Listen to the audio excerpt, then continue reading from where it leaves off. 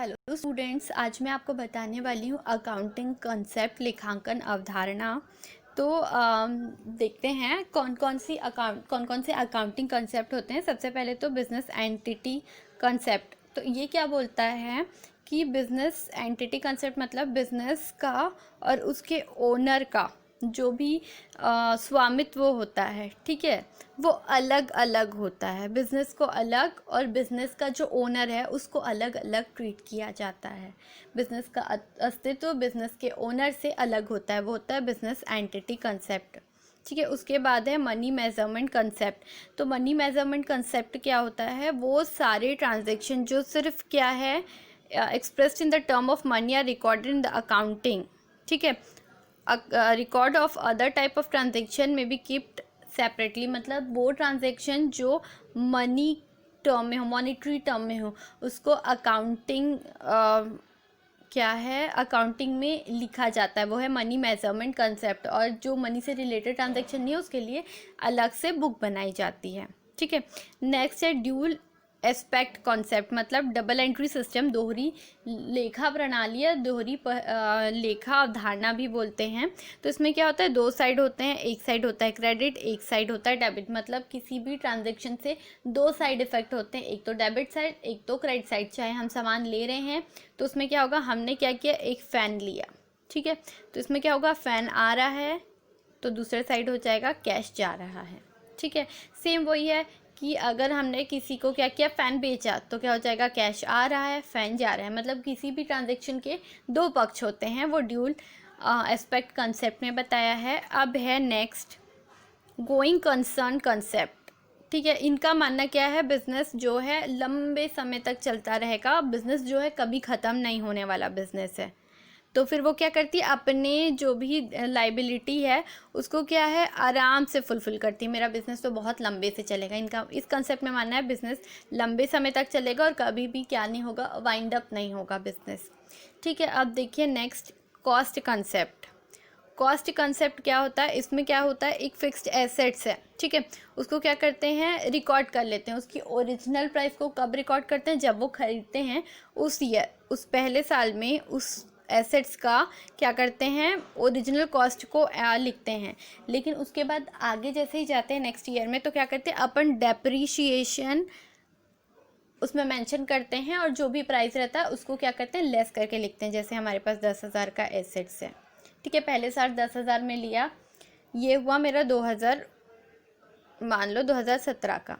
अब 2018 में मैंने क्या किया, 10,000 का मेरा एसेट्स था, उस पर मैंने क्या किया, 10% का डेप्रिसिएशन लगाया। कितना हुआ, 1,000 रुपये का डेप्रिसिएशन। अब मैं क्या लिखूँगी, 9,000 रुपये। फिर क्या होगा, 2019 में, सॉरी हाँ 2019 में अगर मैंने 10% का किया है, अगर मैंने कॉस्ट प्राइस पे किया है डेप्रिसिएशन, तो सेम 10,000 माइनस हो जाएगा। और अगर मैंने क्या किया है, जो भी करंट प्राइस है उसमें मैं करूँगी, तो फिर ये क्या हो जाएगा, 900 माइनस हो जाएगा। तो ऐसे नेक्स्ट ईयर में मैं क्या करते जाऊँगी, डेप्रिसिएशन कर लगा के प्राइस को क्या है, कम कर दूँगी। या फिर मैं आपको एक एग्जांपल से समझाती हूँ, एक मिनट। ठीक है, यह है कॉस्ट कंसेप्ट। जैसे मैंने माना 10,000 का मेरा क्या है, एसेट्स है, ठीक है, 2017 में मैंने लिया, 1,000 रुपये का मैंने डेप्रिसिएशन डाला, ये हुआ 9,000 का। ठीक है, फिर क्या किया, 2018 में फिर मैंने डेप्रिसिएशन लगाया, अब वो हो गया 8,000 का। फिर 2019 में फिर 10,000 का डेप्रिसिएशन लगाया, फिर वो हो गया 7,000 का। मतलब ये क्या है, कॉस्ट कंसेप्ट ये डिफाइन करता है कि पहले ईयर हमने क्या किया, एसेट्स को उसके ओरिजिनल प्राइस पे लिखा, उसके बाद आगे वाले नेक्स्ट ईयर में हमने उसको क्या किया, उसके जो है डेप्रिसिएशन लेस करके लिखा। ठीक है, ये जो है, ये कंसेप्ट करंट प्राइस या मार्केट प्राइस जो अभी चल रही है उस पर फोकस नहीं करता, और ये सिर्फ क्या है, फिक्स्ड एसेट्स पर ही अप्लाई होता है ये कॉस्ट कॉन्सेप्ट। ठीक, नेक्स्ट है अकाउंटिंग ईयर कंसेप्ट। हर बिजनेस कोड के लिए क्या, एक अकाउंटिंग पीरियड होता है, एक साल का होता है, वो एक महीने का होता है, क्वार्टरली होता है, 6 महीने का होता है। अपने हिसाब से लोग जिनके बिज़नेस में जितना जितना काम जितना ट्रांजेक्शन होता है उसके हिसाब से वो अपने जो भी है अकाउंटिंग का जो है पीरियड फिक्स कर लेते हैं।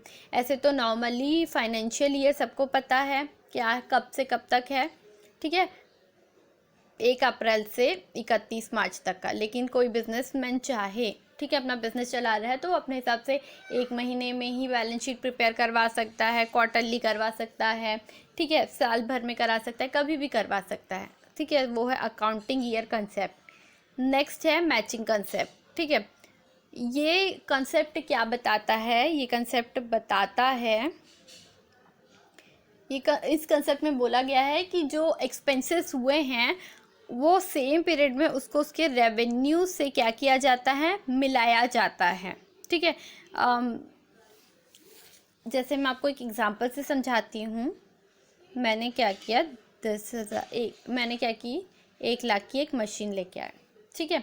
मैंने एक मशीन लेके आया, उसमें मैंने क्या किया कि अब क्या है, ये मेरे एक्सपेंस हो गए, ठीक।